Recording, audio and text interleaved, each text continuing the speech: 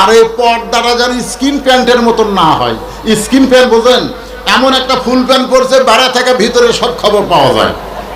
এরকম কিছু ছেলেরা আছে না নাই?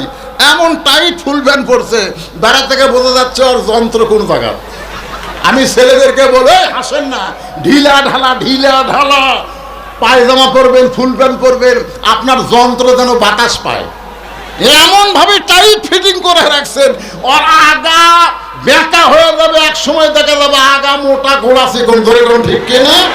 ইন্ডিয়ান হারবাল খাওয়া লাগবে, কাম হবি না। এই জন্য বলি যুবকদেরকে হাত পাও ধরে বাবা ঢিলা কাপড় পরবা, বসা থেকে পেশাব করবা, পেশাব করে পানি খরচ করবা। পেশাব করে পানি যদি না লো, ওই পেশাব কিন্তু নিংড়ে না, টপ টপ করে পেশাব পড়ে তোমার ওই জাঙ্গা, তোমার ওই ফুল প্যান্ট নাপাক হয়ে থাকবে। আমি নারীদেরকে বলবো বোরকা পরবেন, কিন্তু বোরকার নামে কোনো প্রদর্শনী যেন না হয় এমন বোরকা পরবেন ভিতরে আপনি আছেন এইটা বাহিরের কোনো পুরুষ মানুষ যেন অনুমান করতে না পারে। ঢিলা ঢালা, রংটা যেন কালো হয়। জোরে কোন কি হয়? কালোর প্রতি মানুষের আকর্ষণ কম না বেশি? বেশি। কালোর প্রতি আকর্ষণ বেশি। আরে আমার সাথে বিয়াই দিবার চাচ্ছিল না, একে তো কালো, তারপরে মাদ্রাসা, বিয়াই দিবি না, কি করে খাবি, আর ভবিষ্যৎ খারাপ। যাই হোক, একজন মেয়ের বাপ দয়া করে আমার সাথে বিয়া দিছে, তাও মাঝে মাঝে বলতো কিছু একটু মুখে ব্যবহার করো বাবা। তার মানে বোঝা গেল কালোর প্রতি মানুষের আকর্ষণ থাকে না।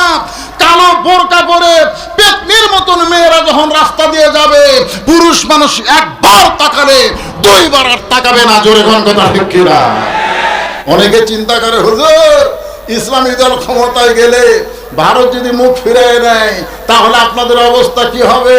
যারা প্রকৃত মুসলমান তারা ভারতের চিন্তা করে না, আমেরিকার চিন্তা করে না, আল্লাহর দিকে তারা তাকায় থাকে। জোরে বলেন কথা ঠিক কিনা? ভারত কি করবে? ভারত কি করবে? অনেকে বলতে পারে তিন দিকে ভারত, একদিকে সাগর। ভারত যদি আপনাকে আক্রমণ করে পালাবেন কোন দিক দিয়া? ফেরাও আক্রমণ করেছিল মুসা নবীকে, সামনে ছিল সাগর। আল্লাহ তাআলা মুসা নবীর জন্য সাগরকে যদি রাস্তা বানায় দেয়, কোন হিন্দু, কোন বেঈমান, কোন কাফেরকে মুসলমান পরোয়া করে না। মুসার মতো আল্লাহ তাআলা রাস্তা বের করে দেবে। জোরে বলেন কথা ঠিক। আপনারা বলেন সময়ের দাম আছে না নাই? আজকে আমরা একটা ভালো সময় পেয়েছি, ঠিক কিনা বলেন? 14 আগস্ট পর্যন্ত আমরা জানতাম না আমাদের বাংলাদেশে এরকম সময় আমরা পাবো। এমনকি 5ই আগস্ট দুপুর পর্যন্ত, জোহর পর্যন্ত আমরা জানতাম না আমরা এমন একটা সময় পেয়ে যাব। জোরে কোন ঠিক কিনা? কিন্তু বিকেল বেলায় আমাদেরকে আল্লাহ তাআলা একটা ভালো সময় দিয়ে দিল। এতদিন পর্যন্ত মুসলমানকে নির্যাতনকারী স্বৈরাচারী যখন সঠিক মতো বিদায় না করে পালায় গেছে, তখন বাংলাদেশের যুবকদের মুখে একটা গান আইছে, মুদির বউ নাই। ওইটার আমি কইলাম না, আপনারা বলেন। সময়ের কসম করেছেন কে? আল্লাহ। সময়ের কসম করে আল্লাহ বলতেছেন, ইন্নাল ইনসানা লাফি খুসর, নিশ্চয় মানুষগুলো ক্ষতির ভিতরে। যে মানুষকে আল্লাহ তাআলা আদর করে তৈরি করলেন, এই মানুষের কথা বর্ণনা করতে গিয়ে আল্লাহ কোরআনে 4টা শপথ করলেন। 1 নম্বর শপথ হলো তিন, 2 নম্বর শপথ হলো জাইতুন, 3 নম্বর শপথ হলো তির সিনিন, 4 নম্বর শপথ হলো ওয়াহাজাল বালাদিল আমিন। এরপরে আল্লাহ বললেন, লাকাদ খালাকনাল ইনসানা ফি আহসানি তাকওয়িম।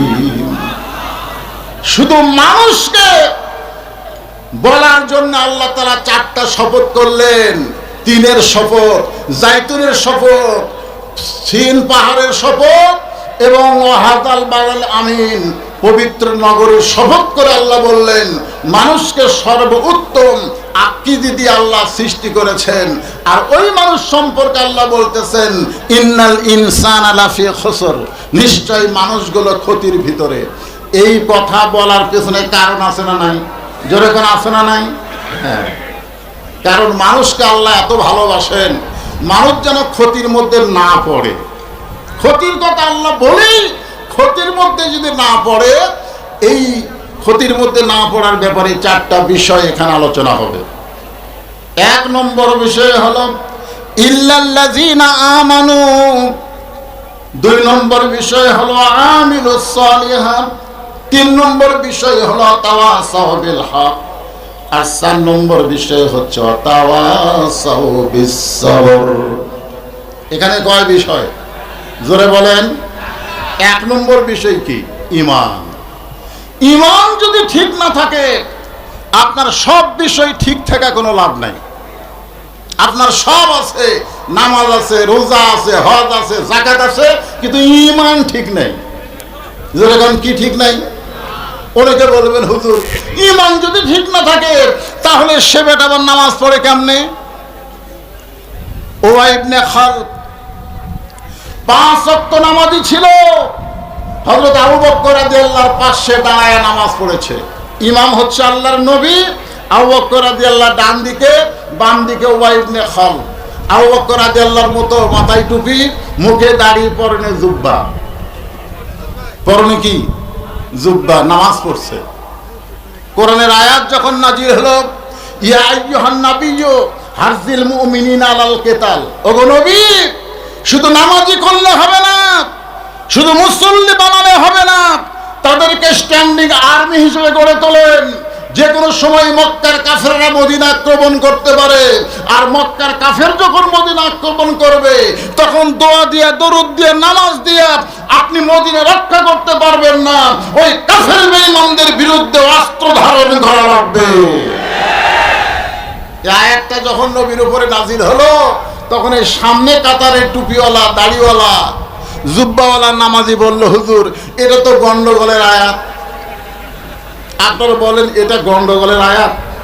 আজকে বাংলাদেশে ইসলামী আন্দোলনের কথা যারা বলে, যারা বাংলার মুসলমানের জমিনে কোরআনের রাজনীতির কথা যারা বলে, সব লোকের শাসন যারা চায়, সমস্ত বেহায়াপনা মুক্ত বাংলাদেশ বানাতে চায়, তখনই একদল নাস্তিক বলে এরা গন্ডগোল করতে চায়। এইটা না গন্ডগোলের আয়াত? তো আল্লাহ রাসূল চিন্তায় পড়ে গেলেন, কে রিয়া নাজিল করলো আল্লাহ, আর এই শালা সামনে কাতারের মুসল্লি কয় গন্ডগোলের আয়াত। সঙ্গে সঙ্গে আল্লাহ বললেন, অমিনান নাসি মাইয়াকুলু আমান্না বিল্লাহি ওয়া বিল ইয়াউমিল আখিরি ওয়া মা হুম বিমুমিনিন। আল্লাহু আকবার।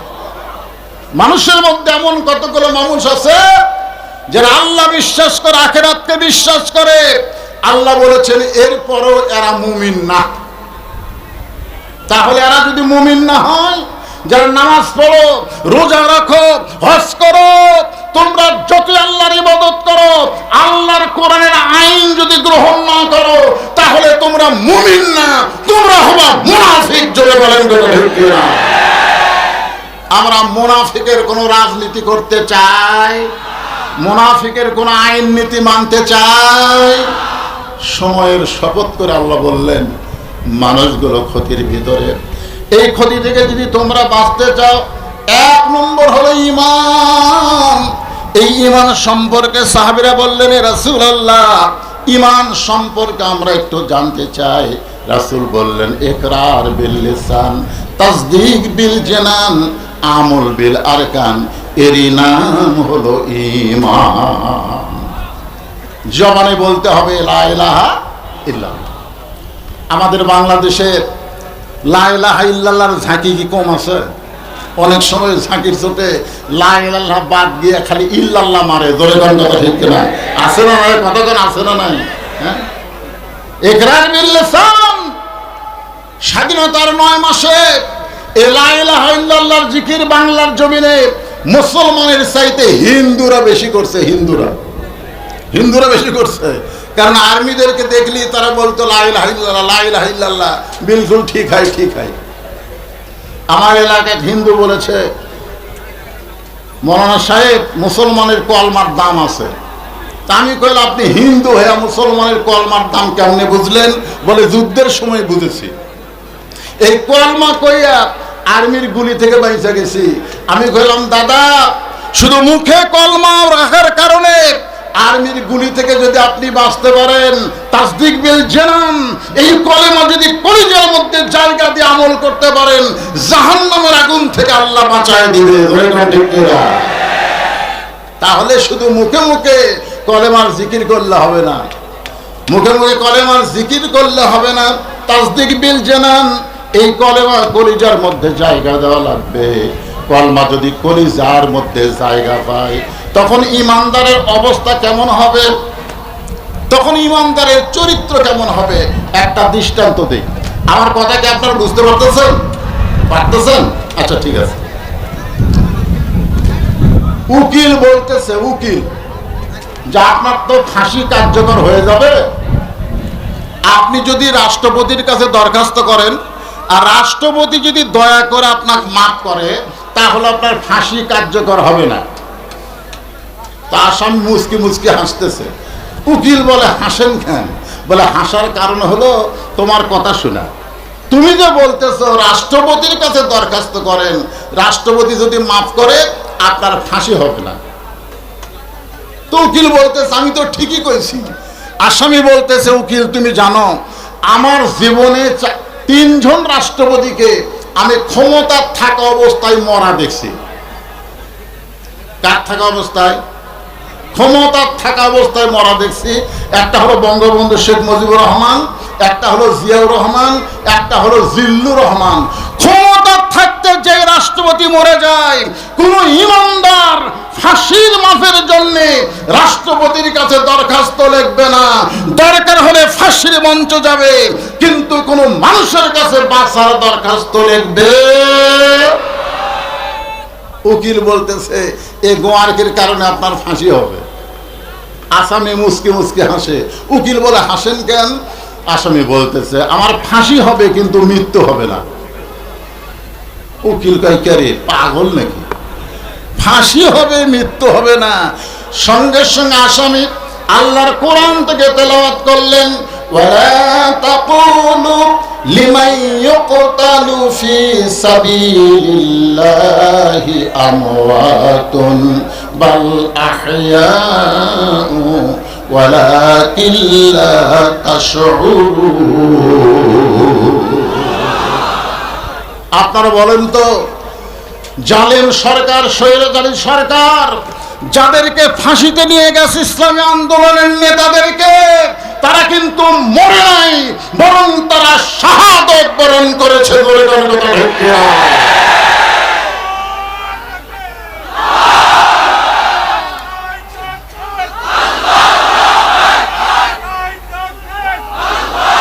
এই স্বৈরাচারকে পতন করার জন্য হাজারো যুবক, হাজারো জনতা জীবন দিয়েছে। বাংলাদেশের কিছু বলে আবু সাইদ অস্ত্রের সামনে 2 হাত ধরে দাঁড়িয়ে গেছে, ও শহীদ না। যারা বলে শহীদ না, তারা হলো মুনাফিক। জোরে বলেন কথা ঠিক। আবু সাইদের মতন যে সমস্ত যুবক এই স্বৈরাচারে হটানোর জন্য জীবন দিয়েছে, এরা মরে নাই। আল্লাহর কোরআন বলতেছে এরা জীবিত। এই জন্য বঙ্গভবনকে মিউজিয়াম বানানো হচ্ছে। জোরে গান ঠিক কিনা ভাই? গণভবনকে মিউজিয়াম বানানো হচ্ছে। সময় ভালো চলতেছে। জোরে গান ঠিক কিনা? আরো ভালো হবে। কেমনে হবে? সূরা আসরের 4টা পয়েন্ট আপনারা একটু শোনেন, আসর পর্যন্ত, বেশি সময় না। তাহলে ইমানের 2 নম্বর হলো তাসদিক বিল জানান। কলিজার মধ্যে যখন ঈমান থাকবে, এই মানুষটা কোনোদিন বলতে পারবে না আমার দয়াল বাবার দরবারেতে কেউ ফিরে না খালি হাতে। বলতে পারবে? এই জোরেকান পারবে? কলিজার মধ্যে যার ঈমান থাকবে তার বিশ্বাস হচ্ছে ইয়াকা নাবুদু ওয়া ইয়াকা নাস্তাইন, ইবাদত করব যার, গোলামি করব যার, সাহায্য চাইব তার কাছে, আল্লাহ ছাড়া কারো কাছে আমাদের চাওয়ার কিছু। এখন যদি কেউ বলে আল্লাহর ধন নবীরে দিয়া আল্লাহ আছে গায়েব হইয়া, নবীর ধন খাজা নিয়া শুয়ে আসা মেরে কেউ ফিরে না খালি হাতে, খাজা তোমার দরবারে। কি সুবহানাল্লাহ, তাসদিক বিল জানান। কলিজার মধ্যে যখন ঈমান থাকবে, আমল বিল আরকান, এই ঈমান অনুযায়ী আমল করতে গেলে আমাদের নবীর দরকার আছে না নাই? মা তাকুমুর রাসূলু ফাখুযুহু ওয়া মা নাহাকুম আনহু ফান্তাহু। এই আয়াতটা আল্লাহ কার শানে নাজিল করছে? এই জোরে বলেন, কার শানে? আমাদের নবীর শানে নাজিল করছেন। যে আমাদের নবী যেইটা গ্রহণ করবে সেইটা গ্রহণ করা লাগবে, নবী যেইটা নিষেধ করবেন সেইটা করা যাবে। আপনারা বলেন তো, এই গ্রহণ করা আর নিষেধ করা এটা কখন শুরু হয়েছে? আজকে ঈদে মিলাদুন নবী, আমাদের বগুড়াতে একজন আশেকে রাসূল আছে, এই ঈদে মিলাদুন নবী নিয়ে খুব বাহাস তর্ক করতে চায়। আমরা সকলে বিশ্বাস করব রবিউল আউয়াল মাসে নবী এসেছেন, এই মাসে নবী চলে গেছেন, কিন্তু কয় তারিখে নবী এসেছেন এই তারিখ নিয়ে মতভেদ আছে, কিন্তু নবী কয় তারিখে বিদায় নিয়েছে এই তারিখ নিয়ে কোনো মতভেদ নাই। ঠিক কিনা? কিসের ঈদ? নবীর জন্মে সবাই খুশি, এমনকি আবুল আহাব পর্যন্ত খুশি। জোরে কোন ঠিক কিনা? এই কথা কন না কেন? এই যে মা তাকুমুর রাসূলু ফাখুযুহু আমল বিল আরকানের উপরে কথা বলতেছি, এইটা কিন্তু নবীর জন্মের পর থেকে না। নবীর জন্মের খবর যখন একজন দাসী আবুল আহাবকে গিয়ে বললেন যে আব্দুল্লাহ দুনিয়া থেকে চলে গেছে, আমিনার গর্ভ থেকে ফুটফুটে একটা সুন্দর সন্তান জন্ম নিয়েছে, আবুল আহাব সঙ্গে সঙ্গে বললেন তুই আজাদ, তোকে আমি মুক্ত করে দিলাম। তাহলে নবীর জন্মে আবুল আহাব খুশি, কিন্তু নবুয়ত যখন পাইছেন, কোরআন নিয়ে যখন আন্দোলন শুরু করেছেন, তখন আবুল আহাব কিন্তু খুশি হয়নি। আজকে বাংলাদেশে ঈদে মিলাদুন নবী করো, নবীর জীবনীকে গ্রহণ করতে পারো না, আমল বিল আরকান ঈমান অনুযায়ী আমল করতে পারো না, আর জয় হোক তোমরা আবু লাহাবের দোসর হবে, আবু বকরের দোসর হতে পারবে না। নবীর জন্মে খুশি আবু জেহেল, আলামিন, আলামিন ডিগ্রি দিয়েছে, আলামিন। কিন্তু এ কোরআন শরীফ যখন নবীর উপরে নাজিল হইল, আবু জেহেল কি নবীর পক্ষে ছিল? এগুলো কার পক্ষে ছিল? তাহলে মা তাকুমুর রাসূলু ফাখুযুহু ওয়া মা নাহাকুম আনহু ফান্তাহু, আমল বিল আরকান, আমরা সে আমলকে গ্রহণ করব, নবী যেটা করেছেন সেটা করব, নবী যেটা নিষেধ করেছেন সেটা করা যাবে। আলহামদুলিল্লাহ, ঈমানের আলোচনা শেষ। এখন 2 নম্বর হলো আমিলুস সালিহাত, নেক আমল করতে হবে। এখন নেক আমল করতে গেলে সব পরিবেশে নেক আমল করা যাবে না। সুন্দর আমল, নেক আমল করতে গেলে সুন্দর একটা পরিবেশ লাগবে। জোরে কোন ঠিক কিনা? আমাদের বাংলাদেশে আমরা ভালো আমল করতে চাই। এ ভাই, আমার কথা কি শুনতেছেন? ভালো আমল করতে চাই। মাইক একটু ইকো টিকো বন্ধ করে দেন তো, মাইক চঞ্চল করতেছে। আমরা ভালো আমল করতে চাই, কিন্তু ভালো আমল করার পরিবেশ আচ্ছা, জামিলনগর মসজিদে আপনি জোহরের নামাজ পড়বেন, মসজিদ থেকে আপনার বাড়ি হলো 200 গজ দূরে। আপনি বাড়ি থেকে নিয়ত করছেন যে আমি সামনে কাতারে গিয়ে নামাজ পড়ব। আপনারা বলেন তো আপনার নিয়ত ভালো না খারাপ? এ কথা কেন ভালো না খারাপ? তাহলে 200 গজ আপনি হেঁটে হেঁটে আসতেছেন, অজু করে আসতেছেন, সুবহানাল্লাহ আলহামদুলিল্লাহ জিকির করতেছেন, কিন্তু এই 200 গজের মধ্যে 2টা বেপরদা নারী আপনার 200 গজ পড়ে গেছে। আপনি দেখবার চান নাই, তারপরে আপনার 200 গজ 2টা বেপরদা নারী পড়ে গেছে। মশা পড়লে, পোকা পড়লে চোখ থেকে তোলা যায়, কিন্তু বেপরদা নারী যদি চোখত পড়ে তোলা যাবে? এখন সামনে কাতার আপনি নিয়ত করলেন ইলা জিহাতিল কাবাতি শরীফাত, আল্লাহু আকবার। মুখ আছে কাবার দিকে, চোখ আছে সেজদার দিকে, আর মন খালি বলতেছে রাস্তা কি দেখলাম রে। এখন আপনারা বলেন, আপনি যতই সুন্দরভাবে নামাজ পড়তে চান, আপনার রাস্তাকে সুন্দর করতে হবে। আর রাস্তাকে সুন্দর করতে গেলে আল্লাহর কোরআনের পর্দার আইন বাংলার জমিনে চালু করতে হবে।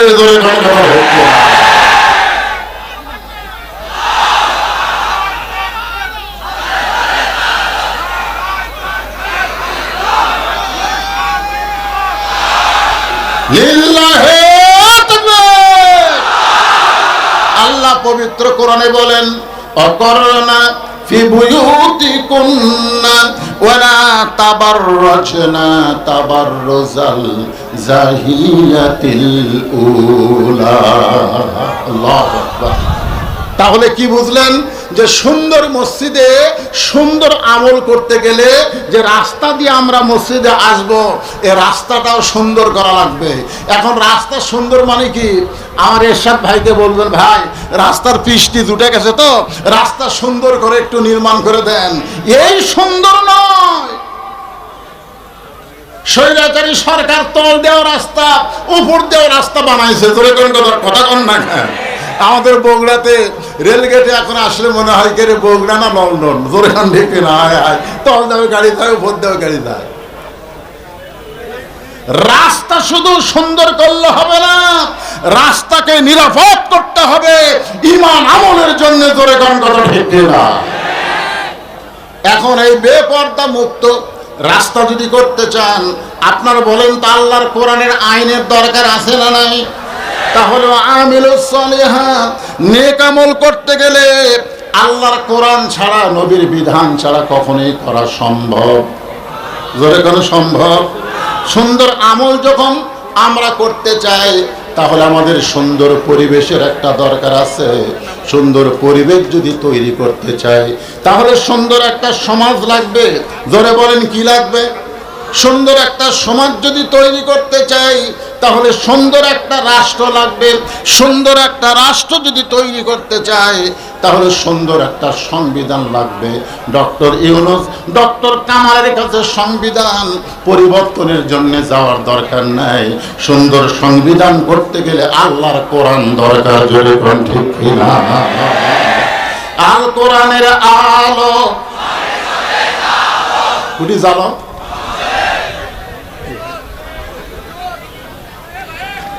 আচ্ছা ঠিক আছে। এই আপনারা তো দুই দল হয়ে গেলেন, এক দল হন। কয় দল? এ কথা কন। আল কোরআনের আলো ঘরে ঘরে।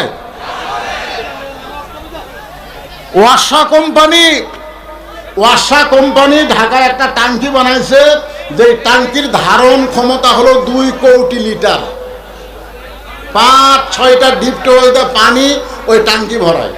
ওই টাঙ্কির পানি পাইপের মাধ্যমে ঢাকার প্রত্যেকটা বাসায় বাসায় সাপ্লাই হয়। কিন্তু গভীর রাত্রে কে যেন টাঙ্কির ছাপনি খুলে শয়তানি করে, চক্রান্ত করে টাঙ্কির মধ্যে 2টা মরা মহিষ ঢুকাই দিছে। ওই মহিষগুলো আস্তে আস্তে ফুলতেছে, পচতেছে, পচে পানির সঙ্গে মিশ্রণ হয়ে ওই পানি টাঙ্কি থেকে প্রত্যেকটা বাসায় চলে আসতেছে। বাসায় এখন গিলাসে পানি নিয়ে আপনি যদি কোরআন তেলাওয়াত করেন, ওয়াসাকাহুম রাব্বুহুম শারাবান তাহুরা, আপনি বলেন পানি পাক না নাপাক? কেন নাপাক? আপনি তো কোরআন ঘরের মধ্যে পড়তেছেন। কারণ পানি যেখান থেকে আসতেছে ওই মূল জায়গা যদি পরিষ্কার না থাকে, আপনি যতই কোরআন তেলাওয়াত করেন আপনি পবিত্র হতে পারবেন না। আগে টাঙ্কি পবিত্র করা লাগবে। করে কোন কথা ঠিক কিনা? বর্তমান টাঙ্কির নাম হলো সংসদ। যেরকম টাঙ্কির নাম কি? সংসদ। আজকে অনেকে বলে, হুজুর হুজুর ভালো মানুষ কোনোদিন চেয়ারম্যান হয় না, ভালো মানুষ কোনোদিন এমপির আসলে যায় না। কারণ সংসদ খারাপ, ইউনিয়ন পরিষদ খারাপ, উপজেলা পরিষদ খারাপ, একটা জিনিসও খারাপ না।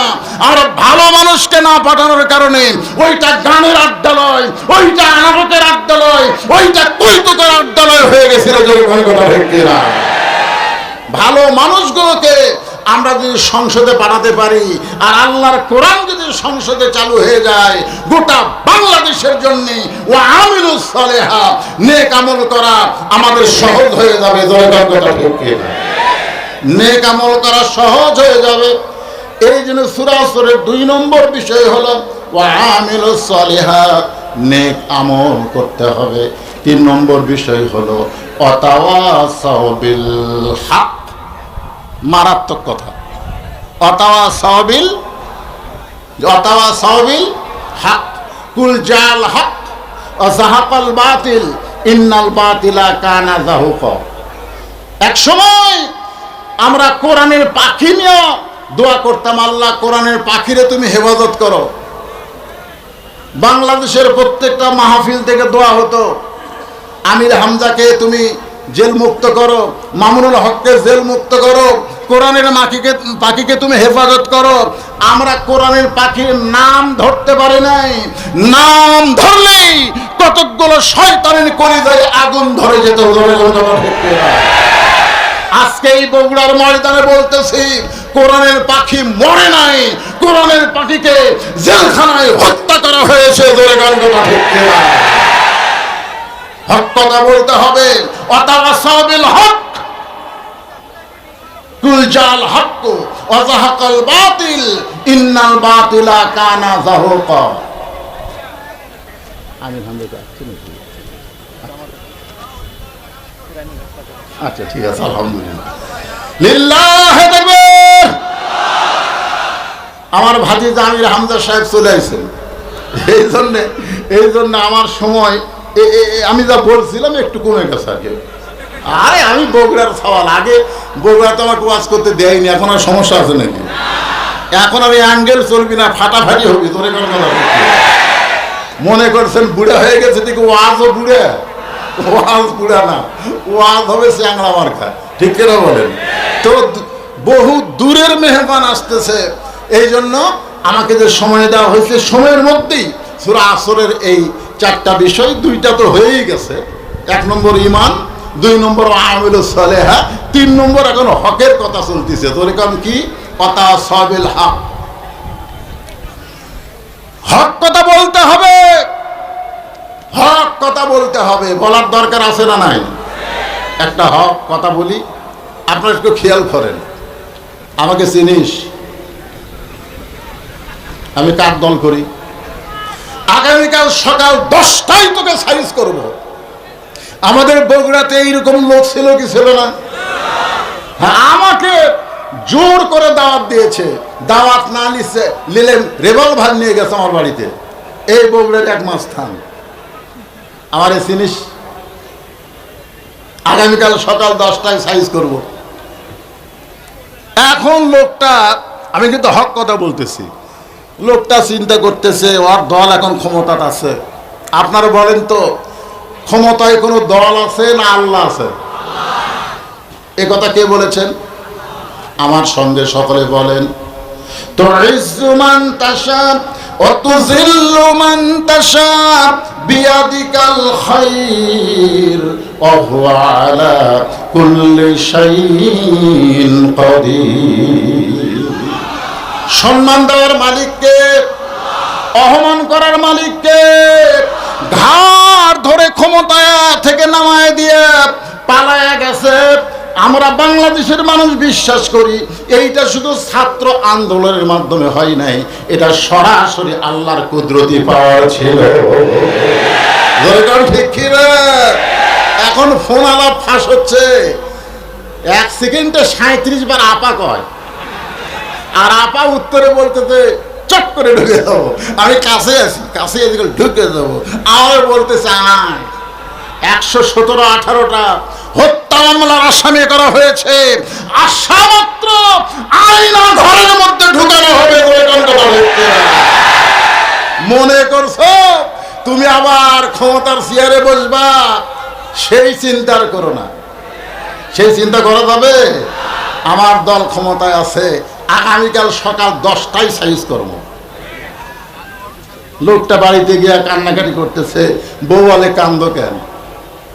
বলে কান্দার কারণ হলো সকাল 10টায় আমাকে সাইজ করবে।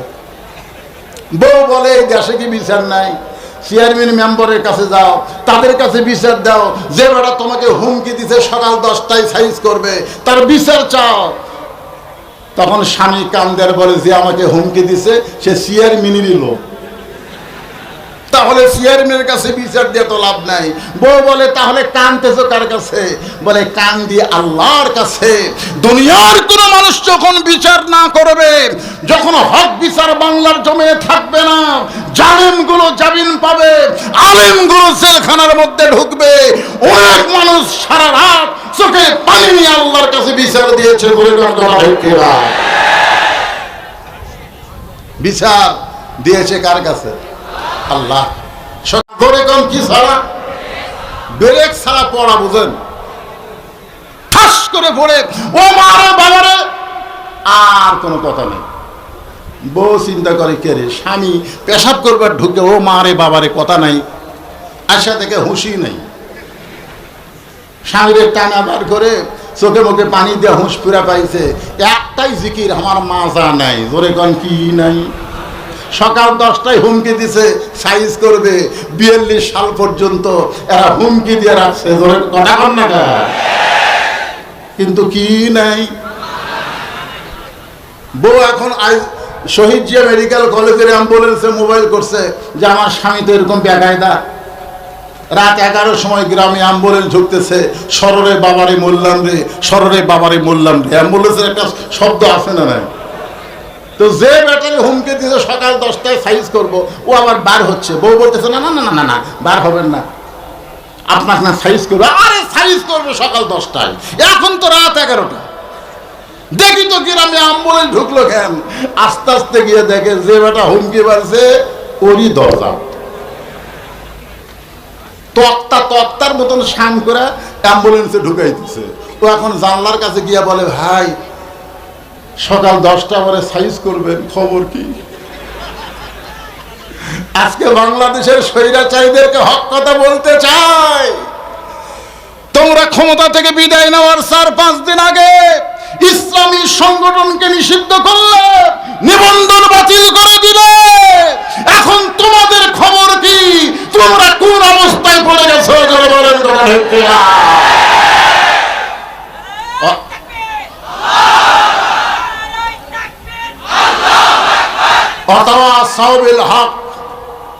তখন বলতেছে কাঠ হইয়া তক্তা হইয়া বলতেছে আমার কোনো ক্ষমতা নাই রে, ক্ষমতার মালিক কে? বঙ্গভবনের ছেলেরা সবই পাইছে, সব ভিডিও করে দেখাইছে। আর ওই দলের কতকগুলো চামচা বলতো তাহাজ্জুদ পড়ে, 5 ওয়াক্ত নামাজ পড়ে, কোরআন পড়ে, গোটা গণভবনের ভিতরে যাই নামাজ কোরআন শরীফ পাওয়া যায়নি। ধরে চিটারি করেছ, বাটপারি করেছ, জনগণের কাছে মুখোশ উন্মোচন হয়ে গেছে। ওয়াতাওয়া সাবিল হক, হক কথা বলতেই হবে। জোরে বলেন কথা ঠিক কিনা? ওয়াতাওয়া সাবিস সাবর, ধৈর্য ধারণের কথা বলা হয়েছে। যাদের উপরে এত নির্যাতন করা হলো সেই দলের আমির বলতেছে আমরা ক্ষমা করে দিলাম, আমরা ক্ষমা করে দিলাম। কারণ কতকগুলো কাজ তড়ি ঘড়ি করে করা যাবে না, সুন্দরভাবে করতে গেলে ধৈর্যের সঙ্গে করা লাগবে। ধরে কোন কথা ঠিক কিনা? আল্লাহ কোরআনে বলেন ইজা আসাবাতুহুম মুসিবাতুন ক্বালু ইন্না লিল্লাহি ওয়া ইন্না ইলাইহি রাজিউন। পাড়াপাড়ি করলে হবে?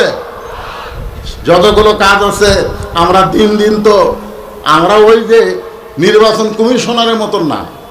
নির্বাচন কমিশনার এক সময় বলল যে 18% ভোট আছে, বেটা ঘুমায় গেছে, ঘুম থেকে উঠাতে 41%। আমরা বর্তমান বাংলাদেশ তন্ন তন্ন করে দেখতেছি আমাদের কোরআনের দলের সৈনিকেরা দিন দিন বাড়তেছে। এটা নির্বাচন কমিশনারের মতো নয়, এটা বাস্তব। বাংলাদেশে দিন দিন মানুষ, এমনকি হিন্দুরাও পর্যন্ত আল্লাহর কোরআনের শাসনকে গ্রহণ করার জন্য রাজি হয়ে যাচ্ছে। করে বলেন কথা হচ্ছে না? অথবা সবে সবার ধৈর্য নিয়ে আমাদের কাজ করা লাগবে। ধরে কোন কথা ঠিক না ভাইজান? আমি আপনাদের এলাকার ছেলে, পাশে আমার বাড়ি, জামিলনগর আমার জামাইয়ের বাসা। তো আমাকে একটু বলা হয়েছে, হুজুর আপনি ওয়াজের শেষের দিকে জনগণকে বলবেন মসজিদের জন্য তারা যদি কিছু দেয়। অনেকগুলো ব্যাগ আপনাদের মাঝে আছে, ছেলেগুলোকে আমি বলবো যে বাবা তোমরা ব্যাগ নিয়ে ভিতরে ঢোকো, আমার আলোচনা চলুক। আর এই ফাঁকে আপনারা যে যা পারবেন আল্লাহর রাস্তায়, ব্যাগগুলো কি রেডি? হ্যাঁ, ওই যারা ডানায় আছে তাদের কাছ থেকে আগে নেওয়া শুরু করো বাবা, যারা ডানায় আছে হ্যাঁ তাদের কাছ থেকে সবাই দিবেন। যেটা দিবেন কার জন্য দিবেন? আল্লাহর জন্য। জোরে বলেন কার জন্যে? আর যেইটা দিবেন মনে করবেন এইটাই আপনাকে জান্নাত পর্যন্ত পৌঁছায় দিবে। আর সকল হাবিবুল্লাহ দানকারী আল্লাহর দোস্ত, জোরে বলেন সুবহানাল্লাহ। আর সবচেয়ে বড় দান হলো আল্লাহর ঘর মসজিদে দান করা। হ্যাঁ, 3 তলা মসজিদ, মহিলাদের জন্য 3 তলা মসজিদ করা হবে। মানে এখানে দোতলা তো হয়ে গেছে মাশাআল্লাহ, এখন 3 তলা মহিলারা যেন জামাতের সঙ্গে নামাজ পড়তে পারে, এই জন্যে আপনাদের কাছে সাহায্য চাওয়া। ব্যাগ যাচ্ছে আপনারা দিয়ে দেন, সবাই পকেটে হাত দেন। যিনি যা পারবেন, যিনি যা পারবেন আল্লাহর রাস্তায় দান করবেন। যিনি যা, মহিলা প্যান্ডেলেও ব্যাগ দেওয়া আছে। আমার মায়েরা আল্লাহর রাস্তায়, মায়েরা চিন্তা করতেছে হুজুর তো আমাদের কোনো ওয়াজ করলো না। হ্যাঁ মায়েরা আপনাদের ওয়াজ করতেছি, অন্তত 4-5 মিনিট আমার মা বোনদের জন্য ওয়াজ করার দরকার আছে না নাই? দরকার আছে না নাই? কিছু ওয়াজ হয়েও গেছে। আমার মায়েরা খালি স্টার জলসার জি বাংলা দেখা বন্ধ করুক, ইনশাল্লাহ আগেকার মতো মা বোনের আবার আমরা পেয়ে যাব। এগুলো ভারতীয় চ্যানেল দেখবেন না মা, আপনাদের পায়ে ধরে বলতেছি, আপনাদের বেশি আমল নাই। আল্লাহ রাসূল মেয়েদের জন্য মাত্র 4টি আমলের কথা বলেছেন। জোরে কোন কয়টা? এই কথা কন। ইমানের পরে মেয়েদের জন্য মাত্র 4টা আমল। 1 নম্বর আমল হচ্ছে 5 ওয়াক্ত নামাজ। আমার মায়েরা যেখানে বসেছেন একটু মনোযোগ দিয়ে শোনেন। 2 নম্বর হলো রমজান মাসে রোজা। 3 নম্বর স্বামীর কথা মতো চলা। আর 4 নম্বর সতীত্বের হেফাজত, পর্দা করা। এই 4টা আমল মহিলাদের জন্য আল্লাহ রাসূল বলেছেন। এই 4টি আমল যে মেয়েরা করতে পারবে আল্লাহ তাদের জন্য 8টা জান্নাতের দরজা খুলে দিবে। এই হাদিসটা রাসূল যে বছর বলেছেন ওই বছরে রাসূল আবার হজে যাচ্ছেন। জোরে কান, কোথায় যাচ্ছেন? এই কোথায় যাচ্ছেন? হজে যাচ্ছেন। তো মা আয়েশা যিনি 6 লক্ষ হাদিসের হাফেজা, তিনি রাসূলকে বললেন, এ রাসূলুল্লাহ মেয়েদের জন্য মাত্র 4টি আমল, এর বেশি কি আমল করার সুযোগ নাই? আল্লাহ রাসূল বললেন, আয়েশা তুমি কি মনে করো আমলের কথা আমি বলতেছি? আল্লাহ রাসূল কি কোনো কথা নিজে বলেছেন না আল্লাহ বলাইছেন? জোরে কোন, কে বলাইছেন?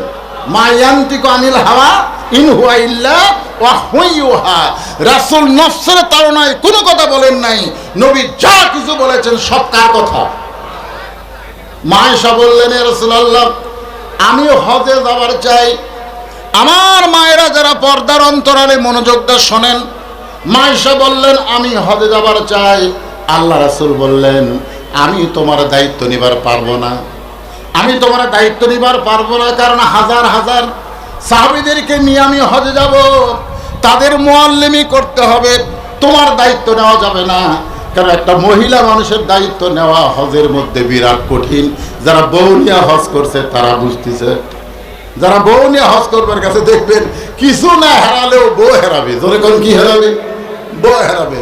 তাওয়াফ করতে গিয়ে এত ভিড়, স্বামীর হাত ধরে তাওয়াফ করতেছে, হঠাৎ ভিড়ের ঠেলে হাত ছাড়া দিছে। যে হাত ছাড়া দিছে ওই এখন চিল্লে, বউ বউ বউ কোথায়? বউ পিছন দিতে চিল্লাই। এখন তাওয়াফের সামনে যাওয়া বাদ দেওয়া বউয়ের কাছে আসতেছে, ওর তাওয়াফ হবে? এই জন্য রাসূল বলেছেন আমি তোমার দায়িত্ব নিবার পারবো না। মা আয়েশা খুব ছোট্ট মানুষ ছিলেন, কারণ 9 বছরে নবীর সংসারে আইছেন, 18 বছর বয়সে নবী দুনিয়া থেকে বিদায় নিয়েছেন। একটু জেদ ধারণ করলেন আমি যাবই। এমন সময় আব্দুর রহমান ইবনে আবু বকর বললেন, ইয়া রাসূলুল্লাহ আমি যদি আয়েশার দায়িত্ব নিবার চাই তাহলে কি আয়েশা হজে যাওয়ার পারবে? আল্লাহ রাসূল বললেন কোনো আপত্তি নাই। তার মানে বোঝা গেল মেয়েরাও হজ করতে পারবে, কিন্তু সঙ্গে মুহরিম থাকা লাগবে। জোরে কোন, কি থাকা লাগবে? জোরে কোন, কি থাকা লাগবে? মুহরিম থাকা লাগবে। মসজিদে আয়েশা যেখানে আছে ওই জায়গায় এসে মা আয়েশার মাসিক ব্যারাম শুরু হয়ে গেল। মেয়েদের প্রতি মাসে একটা ব্যারাম আছে না নাই, একটা অসুখ আছে না নাই, যে অসুখ শুরু হয়ে গেলে নামাজ পড়া যাবে না, রোজা করা যাবে না। মা আয়েশার অসুখ শুরু হয়ে গেল, ওই জায়গায় একটা মসজিদ হয়েছে, নাম হলো মসজিদ আয়েশা। আয়েশা বলে, ভাই আমার তো এইরকম অবস্থা হয়েছে। আব্দুর রহমান বললেন, কয়দিন লাগবে? বলে 5-7 দিন লাগতে পারে। আব্দুর রহমান আফসোস করে বলতেছেন, এই জন্যই রাসূল তোমার দায়িত্ব নিতে চাই নাই। তার মানে বোঝা গেল হজ এইটা মেয়েদের জন্য অপশনাল সাবজেক্ট হতে পারে, কিন্তু স্পেশাল কোনো সাবজেক্ট না। কিন্তু 4টা বিষয় মেয়েদেরকে আমল করাই লাগবে। নবীর মেয়ে ফাতেমা কিন্তু হজ করে নাই, অথচ সাইয়্যিদাতুন নিসাই আহলেল জান্নাহ, জান্নাতি নারীদের নেত্রী হয়ে গেছে। জোরে কোন সুবহানাল্লাহ। মা আয়েশা কিন্তু জান্নাতি নারীদের নেত্রী না, মা খাদিজা কিন্তু জান্নাতি নারীদের নেত্রী না। জান্নাতি নারীদের নেত্রী হলেন মা ফাতেমা। সুবহানাল্লাহ করনা কেন? মা ফাতেমা হলো জান্নাতি নারীদের নেত্রী। এখন আপনাদের প্রশ্ন হতে পারে, কোন আমলের কারণে আল্লাহ ফাতেমাকে জান্নাতি নারীদের নেত্রী বানালেন? সে আমলটা হলো পর্দার আমল। সে আমলটা হলো পর্দার আমল। জোরে কান, কিসের আমল? আমি আমার মা বোনদের জন্য ওয়াজ করতেছি। মা ফাতেমা এত পর্দানিশী ছিলেন, গভীর রাত্রে স্বামীর বুকে মাথা দিয়ে কান্দার বলে, স্বামী গো, আজকে রাত্রে বেলায় আমার মৃত্যু হবে। আল্লাহ পাক আমাকে জানাইছে। আলী সঙ্গে সঙ্গে বলে, ফাতেমা রাত্রেবেলায় মৃত্যু হয়। ফাতেমা বলে, স্বামী আমি মরে যাওয়ার পর আমার 3টা চাওয়া আপনাকে পুরা করা লাগবে। 1 নম্বর চাহিদা হলো রাত্রেবেলায় আমাকে কবর দিতে হবে, আমার জানাজার কোনো ব্যবস্থা করবেন না, আমার জন্যে লাশটা খাটনি তুলবেন না। হযরত আলী নিজের কাঁধে করে এই জান্নাতুল বাকির মধ্যে ফাতেমাকে দাফন করা হলো। গভীর রাত্রে দাফন করার পরে হযরত আলী আল্লাহর কাছে কাঁদের বলে, আল্লাহ ফাতেমাকে তুমি কবুল করে নাও, ফাতেমার পর্দাকে তুমি কবুল করে নাও। সঙ্গে সঙ্গে আলী তাকায় দেখে সামনে কয়েকটা পুরাতন কবর, এই মাত্র ফাতেমাকে যে কবর দিছে সেই নতুন কবর নাই। হযরত আলী গোটা জান্নাতুল বাকি দৌড়ায় বলে, ফাতেমার কবর কোথায়? ফাতেমার কবর কে যেন বলতেছে, আলী ফাতেমা হলো পর্দানিশী, আমি আল্লাহ জোহরে ডিগ্রি দিয়ে ফাতেমার কবরটাকেও কবুল করেছি। তাই মা বোনেরা, আপনাদের জন্য মসজিদে 3 তালা করা হচ্ছে, আপনারা পর্দার সঙ্গে নামাজ পড়তে পারবেন। এই পর্দাটা হলো মেয়েদের 4টা আমলের মধ্যে সবচাইতে গুরুত্বপূর্ণ আমল। জোরে কোন কথা ঠিক কিনা? আপনারা বলেন, মেয়েরা কি 24 ঘন্টা নামাজ পড়া লাগবে? কোন 24 ঘন্টা কি নামাজ পড়া লাগবে? কয় ওয়াক্ত? জোরে কোন কয় ওয়াক্ত? 5 ওয়াক্ত। ওয়াক্ত মানে সময়। মেয়েরা 24 ঘন্টায় নামাজ পড়া লাগবে না, 5 বার নামাজ পড়লে হবে। মেয়েরা কি সারা বছর রোজা করা লাগবে? 1 মাস। স্বামীর খেদমত কি সব সময় স্বামীর পাও ধরে থাকা লাগবে? স্বামী যখন খেদমত চাবে তখন খেদমত করা লাগবে।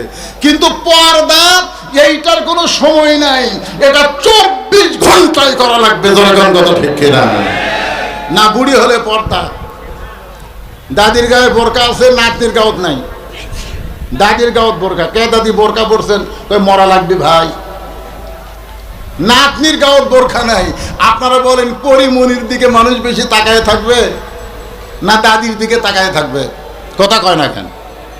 তো এখন নাতনির গাওতি বোরকা নাই, 40 বছর 50 বছর আমের গাছের গোড়াত বেড়া দেয়। কে বাবা বেড়া কেন? গরু ছাগল যদি খায়। আরে পাগলা, গরু ছাগল 50 বছর আমের গাছের দিকে ঘৃণা করে তাকাবি না, খাওয়া তো দূরের কথা।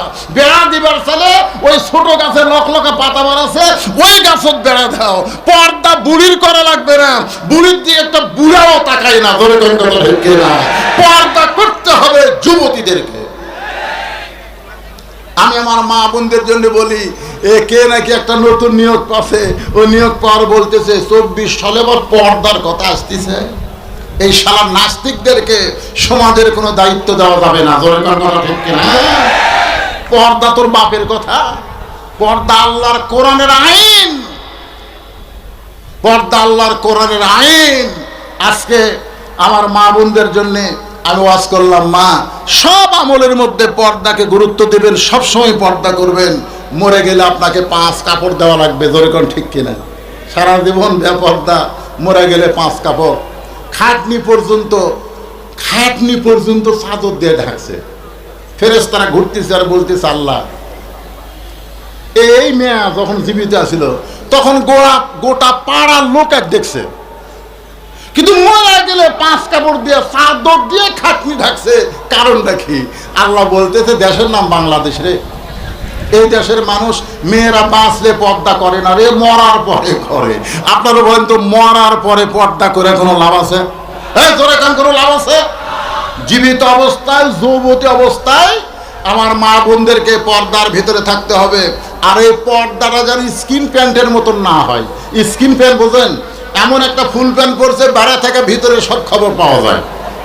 এরকম কিছু ছেলেরা আছে না নাই? এমন টাইট ফুল প্যান্ট পরছে, বাইরে থেকে বোঝা যাচ্ছে ওর যন্ত্র কোন জায়গা। আমি ছেলেদেরকে বলে, হাসেন না, ঢিলা ঢালা পায়জামা পরবেন, ফুল প্যান্ট পরবেন, আপনার যন্ত্র যেন বাতাস পায়, এমন ভাবে টাইট ফিটিং করে রাখছেন। ওর আগা বেঁকা হয়ে যাবে, এক সময় দেখা যাবে আগা মোটা ঘোড়া চিকন, ধরে কোন ঠিক কিনা? ইন্ডিয়ান হারবাল খাওয়া লাগবে, কাম হবি না। এই জন্য বলি যুবকদেরকে হাত পাও ধরে, বাবা ঢিলা কাপড় পরবা, বসা থেকে পেশাব করবা, পেশাব করে পানি খরচ করবা। পেশাব করে পানি যদি না লো, ওই পেশাব কিন্তু নিংড়ে না, টপ টপ করে পেশাব পড়ে তোমার ওই জাঙ্গা, তোমার ওই ফুল প্যান্ট নাপাক হয়ে থাকবে। আমি নারীদেরকে বলবো, বোরকা পরবেন, কিন্তু বোরকার নামে কোনো প্রদর্শনী যেন না হয়, এমন বোরকা পরবেন ভিতরে আপনি আছেন, এইটা বাহিরের কোনো পুরুষ মানুষ যেন অনুমান করতে না পারে।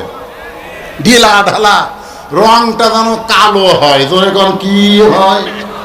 কালোর প্রতি মানুষের আকর্ষণ কম না বেশি? বেশি। কালোর প্রতি আকর্ষণ বেশি। আরে আমার সাথে বিয়াই দিবার চাচ্ছিল না, একে তো কালো, তারপরে মাদ্রাসা, বিয়াই দিবি না, কি করে খাবি? তার ভবিষ্যৎ খারাপ। যাই হোক, একজন মেয়ের বাপ দয়া করে আমার সাথে বিয়া দিছে, তাও মাঝে মাঝে বলতো, কিছু একটু মুখে ব্যবহার করো বাবা। তার মানে বোঝা গেল, কালোর প্রতি মানুষের আকর্ষণ থাকে না। কালো বোরকা পরে পেতনির মতন মেয়েরা যখন রাস্তা দিয়ে যাবে, পুরুষ মানুষ একবার তাকালে 2 বার আর তাকাবে না, জোরে কোন কথা ঠিক কিনা? আর রং বেরঙ্গের বোরকা, এই রে হাওয়াই মিটাই, বোরকার জন্য 4 বার তাকায়। এই জন্য আমার মা বোনদেরকে অনুরোধ করি, আমার উপর মন কষ্ট নিয়েন না, আপনাদের জন্য কলিজা থেকে দোয়া করি। আজকে আপনাদের সকলের জন্য দোয়া করি, আল্লাহ পাক আমাদের সবাইকে ঈমানে আমলে কবুল করুক। সকলে বলে আল্লাহুম্মা আমিন। সূরা আসরের 4টা বিষয় নিয়ে স্বল্প সময়ের মধ্যে আমি যে আপনাদের সামনে আলোচনা করলাম, আল্লাহ পাক আমাদের সকলকে কবুল করেন। আসরের নামাজের পরেই এখানে আবার আপনারা বসে যাবেন ইনশাআল্লাহ। আমার ভাতিজা মুফতি আমির হামজা কন্টিনিউ একটু তাকে বেশি সময় দেওয়া হচ্ছে। আসর তো আমরা পড়ি একটু দেরি করে, কিন্তু তার সময় আসর থেকে মাগরিব খুব অল্প সময়, এই অল্প সময় না দিয়ে একটু বেশি সময় দেওয়ার জন্যে আমরা একটু আগে আসরের নামাজ পড়ি। কয়েকদিন আগে আমরা করে আসলাম।